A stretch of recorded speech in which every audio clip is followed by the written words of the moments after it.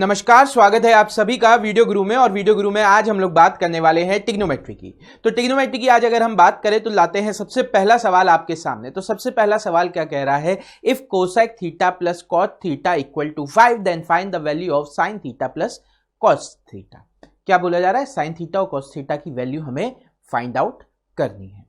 अब देखिए, अगर मैं इस सवाल को थोड़ा ध्यान से करूं तो मेरे दिमाग में क्या बात आती है, ये हम लोगों ने डिस्कस भी किया था।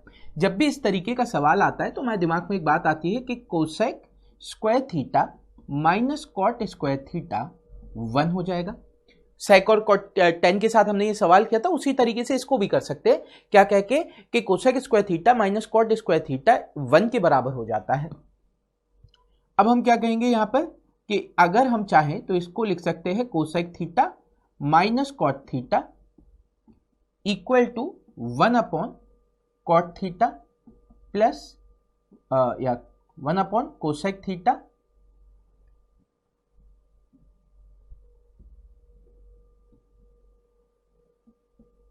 Plus cot theta.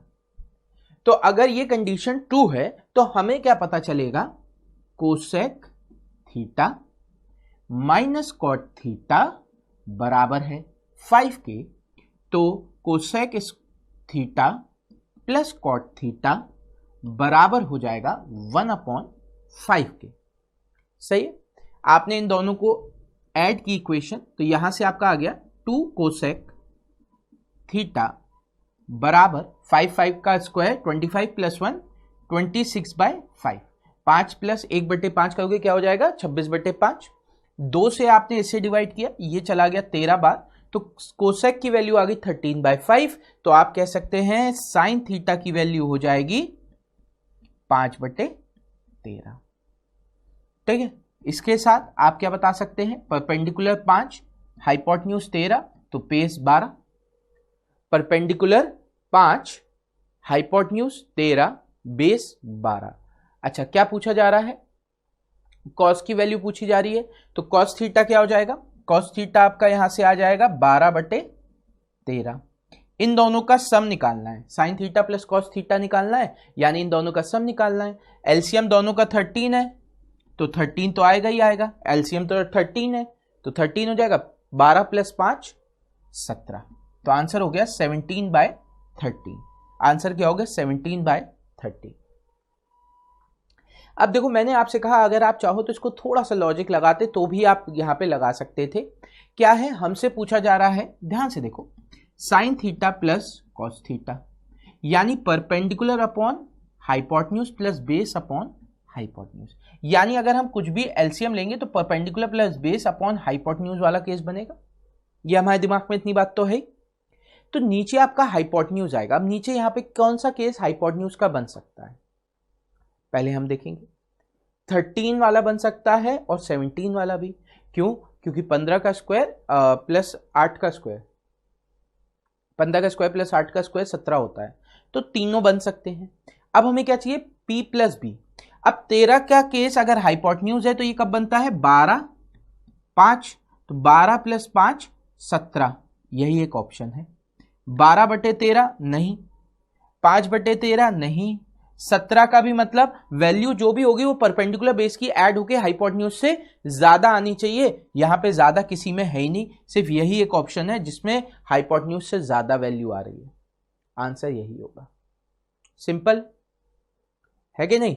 ये वैल्यू आपको पता है क्या हो जाएगी, हाइपोटेन्यूज 1 से ज्यादा आनी चाहिए। Sign theta plus cos theta की वैल्यू 1 से ज्यादा आनी चाहिए, एक ही ऑप्शन में जो हमें दिख रहा है, तो आंसर वही होगा। क्लियर। बढ़ते हैं अगले सवाल की तरफ। अगला सवाल कह रहा है 10a plus cot A equal to 2। तो 10 की पावर 4a प्लस कॉट की पावर 4a की वैल्यू क्या होगी। देखो, इसका फॉर्मूला भी मैंने आपको बताया था, मैं इसका बेसिक अप्रोच भी आपको बता रहा हूं। 10a है, कॉट ए को मैं अगर लिख लू 1 अपॉन 10a, इसकी वैल्यू 2 है। इसका मतलब x प्लस 1 अपॉन x 2 के बराबर है। x प्लस 1 अपॉन एक्स 2 के बराबर। अब x प्लस 1 अपॉन एक्स 2 के बराबर है तो इसका मतलब x की वैल्यू क्या होगी, 1 होगी। तभी क्या होगा, 1 प्लस 1 अपॉन 1 2 के बराबर। यानी कि यहां पर आपकी 10a की वैल्यू क्या होगी, 1। यहां पे आप कह सकते हैं आपके 10a की वैल्यू होगी 1। और कॉट ए की वैल्यू भी 1 हो जाएगी, यानी कि ए जो है वो 45 डिग्री होगा। tan ए अगर 1 है यानी ए क्या होगा, 45 डिग्री होगा। अब ए 45 डिग्री है, इसका मतलब यहां पे भी 45 रखोगे तो 1 की पावर 4, यहां पे भी रखोगे तो 1 की पावर 4, आंसर आएगा 2। आंसर क्या आ जाएगा, 2 आ जाएगा, यानी option second is the right answer. तो ये कॉन्सेप्ट कहां लगता है, जब भी आपके पास सवाल x प्लस 1/x 2 के बराबर है तो x की पावर n प्लस 1/x की पावर n कुछ भी दे रखा हो, आंसर हमेशा 2 आएगा। क्लियर। एक और सवाल देख लेते हैं इस पर बेस। यहां पे क्या कहा जा रहा है, sine A plus cosec A equal to 2 है, तो साइन की पावर 25 प्लस कोसेक की पावर 25 ए कितना होगा। सेम वही कॉन्सेप्ट है, साइन अगर साइन ए है, कोसेक ए मतलब 1/sin ए, फिर से वही वाला केस बन गया x प्लस 1/x। अब x प्लस 1/x अगर 2 के बराबर है तो x की पावर n प्लस 1/x की पावर n कुछ भी दे रखा हो, आंसर क्या आएगा, 2 आएगा। तो इस केस में भी आंसर क्या हो जाएगा, 2 हो जाएगा। अच्छा, इस केस में a कितना होगा, इस केस में आपका a 90 डिग्री होगा। इस केस में a कितना होगा, 90 डिग्री होगा। क्यों होगा, देखो अगर 90 के अलावा या फिर आप कह सकते हैं अगर ये फर्स्ट सेक्टर में नहीं है तो फिर 90 हो सकता है या 360 प्लस 90 हो सकता है, लेकिन फर्स्ट सेक्टर का ही रहेगा, फर्स्ट क्वाड्रेंट में 90 के आसपास वाला रहेगा, तभी ये केस बन रहा होगा कि ये 90 पे होगा तो 1, ये आपका कोसेक 90 पे होगा तो 1, फिर 450 पे होगा, है ना। अगर हम यही मान लें कि सिंगल एक ही बार में चल रहा है तो 360 से ज्यादा एंगल नहीं लेना है, तो ये 90 पर ही आपकी कंडीशन सेटिस्फाई हो रही होंगी। क्लियर। चलो अगला सवाल फिर से वैसा ही है, इसका आंसर भी क्या हो जाएगा, इसका आंसर भी आप आंख बंद करके 2 बता सकते हो। यानी कि हम कह सकते हैं कि अगर साइन है उसके साथ कोसेक है और ये 2 दिया गया है, टेन है उसके साथ कॉट है, ये 2 दिया गया है, यानी रेसिप्रोकल वाले इनके क्या है, ट्रिग्नोमेट्रिक रेशियो है, तो आपका केस हमेशा यही रहेगा कि इनकी वैल्यूज 1 होंगी इंडिविजुअली, तभी ये 2 ऐड होकर बन रहा होगा। फिर उन पे कितनी भी पावर हो, आंसर हमेशा 2 ही आएगा। चलिए बढ़ते हैं अगले सवाल की तरफ। अगला सवाल कह रहा है tan 2 theta dot tan 4 theta 1 है, cot 3 थीटा की वैल्यू ज्ञात करें। बहुत रिपीटेटिव सवाल है। अगर हम इसकी बात करें तो यहां पे देखिए क्या कहा जा रहा है, tan 2 theta dot tan 4 theta equal to 1, यानी आप कह सकते हैं tan 2 थीटा इक्वल टू 1/10 की पावर 4 थीटा। सही है, मैं ये नीचे ले आया तो क्या हो गया, tan 2 थीटा इक्वल टू 1/10 की पावर 4 थीटा। अब यहां से मैं क्या कह सकता हूं, अगर ये ऊपर चला जाएगा कि tan 2 theta equal to cot 4 theta. यहां पे हम क्या कह सकते हैं, tan 2 theta equal to cot 4 theta. अब आपको मैंने बताया था कि tan a अगर इक्वल टू cot b है, इसका मतलब a और b कॉम्प्लीमेंट्री एंगल होंगे, a प्लस b क्या हो जाएगा आपका 90 डिग्री हो जाएगा सम, यानी कॉम्प्लीमेंट्री हो गए। अगर ये कॉम्प्लीमेंट्री हो गए इसका मतलब क्या है, 2 थीटा प्लस 4 थीटा बराबर किसके होगा, 1। अगर ये कॉम्प्लीमेंट्री हो गए तो 2 थीटा प्लस 4 थीटा बराबर हो जाएगा 1 के, या 90 डिग्री के। तो यहां से आप कह सकते हैं 60 थीटा 90 डिग्री। हमें कितने की वैल्यू चाहिए, हमें 3 थीटा की वैल्यू चाहिए, तो 3 थीटा की वैल्यू कितनी हो जाएगी, इसका हाफ हुआ तो इसका भी हाफ हो जाएगा। 6 का आधा 3, तो 90 का आधा 45। हमें cot 45 की वैल्यू चाहिए। अगर हमें cot 45 की डिग्री की वैल्यू क्या होती है, 1, तो हमारा आंसर आ जाएगा 1। अब देखो इस सवाल को पूरा ना सॉल्व करके आप याद रख सकते हैं कि अगर आपको दिया गया है tan A into tan B equal to 1, क्या दिया गया है, tan A into tan B equal to 1 दिया गया है, तो आप सीधे सीधे कह सकते हैं A प्लस बी 90 डिग्री होगा। हम क्या कह सकते हैं, A प्लस बी 90 डिग्री होगा। इसके लिए आप एक सिंपल सा कॉन्सेप्ट याद रख सकते हैं, tan A ऐसे देखो plus tan B equal to 1, यानी 1 minus tan A plus tan B equal to 0। अब मुझे पता है tan A प्लस बी का अगर मैं फॉर्मूला खोलूं तो ये होगा tan A plus tan B upon 1 minus tan A tan B। ठीक, और इसकी वैल्यू अगर 0 है तो बेस में 0 आ गया, अगर बेस में 0 आ गया तो ये इनफाइनाइट हो गया। ये इनफाइनाइट कब होता है? 90 पे, तो tan a प्लस बी की वैल्यू tan 90 डिग्री के बराबर, तो a प्लस बी की वैल्यू क्या हो जाएगी? 90 डिग्री के बराबर। क्लियर? तो कभी भी आपके सामने इस तरीके का सवाल आए जहां पे आपको tan a into tan b 1 के बराबर दे रखा है, तो आप आंख बंद करके कह सकते हैं a प्लस बी 90 डिग्री के बराबर होगा। प्रूव कर लिया हम लोगों ने, दो तरीके से करा, कॉम्प्लीमेंट्री एंगल से भी किया और a प्लस बी वाले एंगल से भी किया। अगले सवाल की तरफ बढ़ते हैं। अगला सवाल क्या कह रहा है? tan x plus Y into tan x minus Y equal to 1 है, तो कोसेक x की वैल्यू क्या होगी? एक काम करिए, वीडियो को पॉज करें और खुद सॉल्व करने का प्रयास करें। वीडियो को पॉज करें, सॉल्व करने का प्रयास करें, फिर हम बताएंगे इस सवाल को करने की अप्रोच क्या होगी। चलिए, तो हम मान लेते हैं आप सबने इसे सॉल्व करने का प्रयास किया होगा, आप सबका इसका उत्तर आ गया होगा। देखिए क्या करेंगे, हमने अभी आपको बताया अगर आपको दिया गया है tan a dot tan b, क्या दिया गया है? tan a dot tan b बराबर 1, tan a dot tan b अगर बराबर दिया गया है 1 के, तो आप कह सकते हैं a प्लस बी 90 डिग्री के बराबर। a प्लस बी 90 डिग्री के बराबर है, यानी x plus y plus x minus y बराबर हो गया 90 डिग्री। y से y कैंसिल, 2x हो गया आपका कितना? 90 डिग्री। x की वैल्यू आ गई 45। अब x की वैल्यू 45 है तो कोसेक 45 की वैल्यू चाहिए। कोसेक 45 डिग्री की वैल्यू क्या होती है? √2। तो आंसर हमारा हो जाएगा √2। Option third √2 is the right answer. Option third √2 is the right answer. चलिए बढ़ते हैं अगले सवाल की तरफ, देखते हैं अगला सवाल क्या है आप सबके लिए। अगला सवाल भी बहुत प्यारा सा सवाल है। कई बार डायरेक्ट एक्सप्रेशन के फॉर्म में इस तरीके के सवाल आते हैं, आप चाहें तो इनका आंसर भी याद रख सकते हैं, पर हम लोग देखेंगे इसका आंसर आएगा क्या। अब देखिए, अगर मैं इसे सॉल्व करने जाता हूं तो अंडर रूट के अंदर कुछ वैल्यू है, उसे हटाने के लिए मैं क्या करूंगा? मैं इसे रैशनलाइज करूंगा ताकि ये होल स्क्वायर बन जाए। मैं क्या करूंगा? इसे रैशनलाइज करूंगा ताकि मेरे पास ऊपर कुछ स्क्वायर में बन जाए, चीजें आसान हो जाए वहां से सॉल्व करने के मामले में। ठीक है, अब इसे लिखेंगे तो ये क्या हो जाएगा? 1 प्लस साइन थीटा का होल स्क्वायर, और नीचे आपका आ जाएगा 1 माइनस साइन स्क्वायर थीटा। अब देखो यहां से मुझे क्या दिख रहा है? 1 माइनस साइन स्क्वायर थीटा, इसकी जगह में क्या रख सकता हूं? इसकी जगह में कॉस स्क्वायर थीटा रख सकता हूं। इसकी जगह में क्या रख सकता हूं? Cos square theta. तो रूट के बाहर अगर ये वैल्यू आएगी तो क्या हो जाएगा? 1 plus sine theta upon cos theta. Value क्या हो जाएगी? 1 plus sine theta upon cos theta हो जाएगी, जिससे हम लोग ब्रेक करके लिख सकते हैं 1 upon cos theta plus sine theta upon cos theta. 1 upon cos theta की वैल्यू क्या हो जाएगी? सेक थीटा, और sign theta plus cos theta की वैल्यू क्या हो जाएगी? Tan theta. तो आंसर क्या आ जाएगा? Sec theta plus tan theta. Option third is the right answer. Option third is the right answer. आप चाहें तो ये वैल्यू याद भी रख सकते हैं कि अगर आपके सामने कभी ऐसा सवाल आता है, अगर रूट के अंदर 1 plus sine theta upon 1 minus sine theta दिया है, तो आप इसकी वैल्यू क्या बताएंगे? Sec theta plus tan theta. Approach क्या बनाई थी? अप्रोच ये बनाई थी कि रूट के अंदर हमें कुछ वैल्यूज दिख रही हैं, अगर हमें रूट से बाहर इनको लाना है तो इनको होल स्क्वायर बनाना होगा। होल स्क्वायर बनाने के लिए हमारे दिमाग में क्या आया कि हम इसे रैशनलाइज कर दें।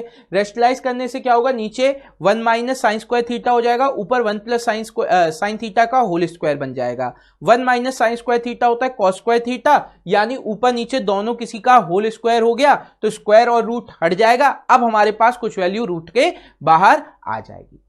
चलिए बढ़ते हैं अगले सवाल की तरफ। अगला सवाल क्या कह रहा है? अगला सवाल कह रहा है sine 2a upon 1 plus cos 2a, हमें इसकी वैल्यू क्या होगी? क्या बोला जा रहा है? Sine 2a upon 1 plus cos 2a। अब मुझे क्या पता है साइन 2a की वैल्यू क्या होती है? साइन 2a की वैल्यू होती है 2 sine a cos a। Sine 2a की वैल्यू क्या होती है? 2 साइन a कॉस a। और cos 2a की वैल्यू क्या हो जाती है? cos 2a की वैल्यू हो जाती है cos स्क्वायर a, या हम इसे लिख सकते हैं 2 cos square a minus 1। cos 2a की वैल्यू क्या हो जाएगी? 2 cos स्क्वायर a माइनस 1। अब इसको रखने से फायदा क्या हुआ? -1 प्लस 1 कैंसिल हो गया। अब आपके पास क्या बचा? 2 sine a cos a upon two cos square A, cos square A को मैं क्या लिख सकता हूं, cos A into cos A, cos square A को क्या लिख सकता हूं, cos A into cos A, cos A से कॉस ए कैंसिल, 2 से 2 कैंसिल, tan ए आंसर आ गया। तो option second tan A is the right answer, option second tan A is the right answer. चलिए बढ़ते हैं अगले सवाल की तरफ। अगला सवाल क्या कह रहा है, अगला सवाल फिर से रूट के अंदर आया है। अब रूट के अंदर आया तो हमारे दिमाग में पहली बात आती है कि हमें किसी ना किसी तरीके से इसे होल स्क्वायर बनाना है ताकि ये वैल्यूज हट जाएं। तो अब मेरे दिमाग में क्या बात आई कि मेरे दिमाग में एक बात आई कि अगर मैं इसका एलसीएम ले लूं तो मेरे पास बन जाएगा sine cos sine theta sine A cos A का whole square, sine A cos A का होल स्क्वायर बन जाएगा। फिर से अगर मैं एलसीएम ले लूं तो मेरे पास क्या बन जाएगा, साइन ए कॉस ए का whole square, sine square A cos square A, LCM लेंगे। ऊपर क्या आ जाएगा, ऊपर हमारे पास आ जाएगा कॉस स्क्वायर ए प्लस साइन स्क्वायर ए। ये क्या होता है, ये वैल्यू होती है 1, कॉस स्क्वायर ए प्लस साइन स्क्वायर ए, इसकी वैल्यू क्या हो जाती है 1, यानी ये अब आपके पास क्या हो गया 1 upon sine A cos A. Root के बाहर लाएंगे तो 1 के ऊपर कुछ भी हो 1 आएगा, नीचे साइन ए कॉस स्क्वायर ए है तो स्क्वायर से रूट हट जाएगा, 1 अपॉन साइन ए कॉस ए हो गया। अब यहां से इससे मिलता जुलता आंसर हमें कोई दिख नहीं रहा है, क्योंकि अगर हम इसको लिखें भी तो ये वैल्यू क्या हो जाएगी, कोसेक ए डॉट सेक ए, ऐसा कुछ दिख नहीं रहा ऑप्शन में। तो क्या ऑप्शन गलत हो गए, नहीं। हम इसमें कुछ और अप्रोच लगाने का प्रयास करेंगे। अब दूसरी अप्रोच क्या लग सकती है, 1 की वैल्यू मैं फिर रख दूं साइन स्क्वायर ए प्लस कॉस स्क्वायर ए। अच्छा, अब अगर मैं इसे ब्रेक कर दूं तो मेरे पास क्या आ जाएगा, sine square a upon sine A cos A plus cos square a upon sine A cos ए। आपने देखा यहां पे एक कॉस ए से एक कॉस ए कैंसिल हो गया, एक साइन ए से एक साइन ए कैंसिल हो गया। यहां पे क्या बचा, साइन अपॉन कॉस ए यानी tan ए, यहां पे क्या बचा, कॉस अपॉन साइन ए यानी कि कॉट ए। आंसर क्या आ गया, tan a plus cot a. Answer क्या आ गया, tan a plus cot a, यानी कि option third is the right answer. ठीक है, हमारा आंसर ऑप्शन थर्ड बिल्कुल सही जवाब हो गया। चलिए बढ़ते हैं अगले सवाल की तरफ। अगला सवाल भी बहुत प्यारा सा सवाल है। एक काम करिए, वीडियो को पॉज करके सॉल्व करने का प्रयास करिए, फिर हम बताएंगे इसकी अप्रोच क्या है, देखते हैं कितने लोगों की कितनी अच्छी अप्रोच रही इस सवाल के साथ। तो चलिए वीडियो को पॉज करके सॉल्व करने का प्रयास करें। चलिए, तो उम्मीद करते हैं आप सबका जवाब आ गया होगा। अब देखो इस सवाल की अप्रोच कैसे बनाएंगे। हमारे पास 1 plus cot square a upon 1 plus cosec a है। अब हमारे दिमाग में बात आती है इसे किसी भी एक टर्म में कन्वर्ट करना है। क्या करें, क्या साइन कॉस में बदल दें, ना, हमने कहा किसी एक टर्म में कन्वर्ट करना है। तो मैंने कहा कॉट स्क्वायर ए का कोसेक के साथ बनता है रिलेशन। क्या बनता है, आपको पता है कोसेक स्क्वायर ए -1 बराबर हो जाता है कॉट स्क्वायर ए के। कोसेक स्क्वायर ए -1 बराबर हो जाता है कॉट स्क्वायर ए के, यानी इसकी जगह में ये रख सकता हूं और इसका मतलब कोसेक स्क्वायर ए -1 का स्क्वायर। यानी अब मैं यहां पे क्या रख सकता हूं, इसको मैं लिख सकता हूं cosec a -1 a plus a square minus b square, तो a minus b into a plus b. नीचे भी मेरे पास क्या है, कोसेक ए प्लस 1। अब देखो जैसे ही मैंने यहां पे क्या सोचा कि कॉट स्क्वायर ए को कोसेक ए में बदलूं, तो कोसेक स्क्वायर ए -1 मेरे दिमाग में आया और उसको रखते ही मेरे दिमाग में आया ए स्क्वायर माइनस बी स्क्वायर, तो मैंने ए माइनस बी ए प्लस बी कर दिया। इससे फायदा क्या हुआ, मेरा जो बेस वाली पार्ट थी वो खत्म हो गया, बेस वाला पार्ट मेरा क्या हो गया, खत्म हो गया। अब मेरे पास क्या आएगा, 1 प्लस कोसेक ए माइनस का 1 प्लस 1 -1 खत्म। आंसर आपका आ गया ऑप्शन थर्ड कोसेक ए। आंसर क्या आ गया, ऑप्शन थर्ड कोसेक ए। अब कई लोगों के मन में आ रहा होगा सर हम तो एंगल मान के कर सकते हैं, एंगल मान के कर सकते हैं, उसको हम लोग आगे पढ़ेंगे, अभी उस पर इतना ध्यान मत दीजिए। जो ऐसे वाले सवाल होंगे उन पे भी बात करेंगे, पर धैर्य धरो, बताएंगे कहां पे एंगल मान के या सब्स्टिट्यूट करके हम आंसर बता सकते हैं। चलिए आगे बढ़ते हैं। अगला सवाल क्या कह रहा है, 2 cos स्क्वायर थीटा -1 ब्रैकेट में 1 plus tan theta upon 1 minus tan theta plus 1 minus tan theta upon 1 plus tan theta. अब 2 cos स्क्वायर थीटा माइनस 1 देख के मेरे दिमाग में आया इसकी वैल्यू होती है cos 2a, है ना। तो इसकी वैल्यू क्या होगी cos 2 theta. cos square theta minus 1 का मतलब क्या हुआ cos 2 थीटा माइनस 1। अच्छा, इसको देख के मेरे दिमाग में क्या बात आई, एलसीएम ले लिया जाए, क्योंकि इसको एलसीएम लेने पे मेरे पास a minus b into a plus b बन रहा है, यानी 1 का स्क्वायर माइनस 10 स्क्वायर थीटा। ऊपर क्या हो जाएगा, ऊपर आपका आएगा 1 plus 10 theta whole square plus 1 minus 10 theta whole square. अब आपके पास क्या बन गया, ये कंडीशन क्या है, a प्लस बी का whole square plus a minus B का whole square. a plus B का whole square plus a minus B का होल स्क्वायर क्या हो जाता है, twice of a square plus b square. ये क्या हो जाता है, twice of a square plus b square. यानी इसकी जगह में क्या रख सकता हूं, cos 2 थीटा था मेरे पास into 2 1 plus 10 square theta upon 1 minus 10 square theta. आप कहेंगे अब क्या करें सर 10 को, अब आपको एक फॉर्मूला याद हो कि cos 2 थीटा बराबर होता है, मैंने आपके साथ डिस्कस भी किया था, ये 1 minus 10 square theta upon 1 plus 10 square theta. ये फॉर्मूला हम लोग डिस्कस कर चुके हैं। ये क्या होता है, cos 2 थीटा बराबर हो जाता है 1 minus 10 square theta upon 1 plus 10 square theta. अगर ये कंडीशन होती है तो इसकी वैल्यू क्या हो जाएगी, इसकी वैल्यू हो जाएगी 1 अपॉन cos 2 थीटा। उल्टा लिखा है ना, देखो 1 माइनस 10 स्क्वायर थीटा ऊपर 1 प्लस, यानी ये रेसिप्रोकल में आएगा cos 2 theta into 2 into 1 upon cos 2 theta. अब cos 2 थीटा से cos 2 थीटा कैंसिल, हमारे पास क्या बचा, हमारे पास केवल 2 बचा, यानी option third is the right answer. Option third क्या हो गया, हमारा सही जवाब हो गया। अगले सवाल की तरफ बढ़ते हैं। अगला सवाल क्या कह रहा है, if cos square theta plus cos की पावर 4 थीटा 1 है तो आपसे कहा जा रहा है 10 स्क्वायर थीटा प्लस 10 की पावर 4 थीटा ज्ञात करें। यह भी काफी बार पूछा गया सवाल है, बिल्कुल आपको इसका आंसर रटा होना चाहिए। अभी हम बताएंगे इसका आंसर कैसे आएगा, फिर आप याद रख सकते हैं कि इसका आंसर हमेशा यही आता है। तो अब देखिए इसका आंसर क्या होगा, क्या लिखा है, cos square theta plus cos की पावर 4 थीटा बराबर में है 1। तो आप क्या कर सकते हैं, cos की power 4 theta equal to 1 minus cos square theta लिख सकते हैं, जिसकी वैल्यू हो जाएगी sin स्क्वायर थीटा।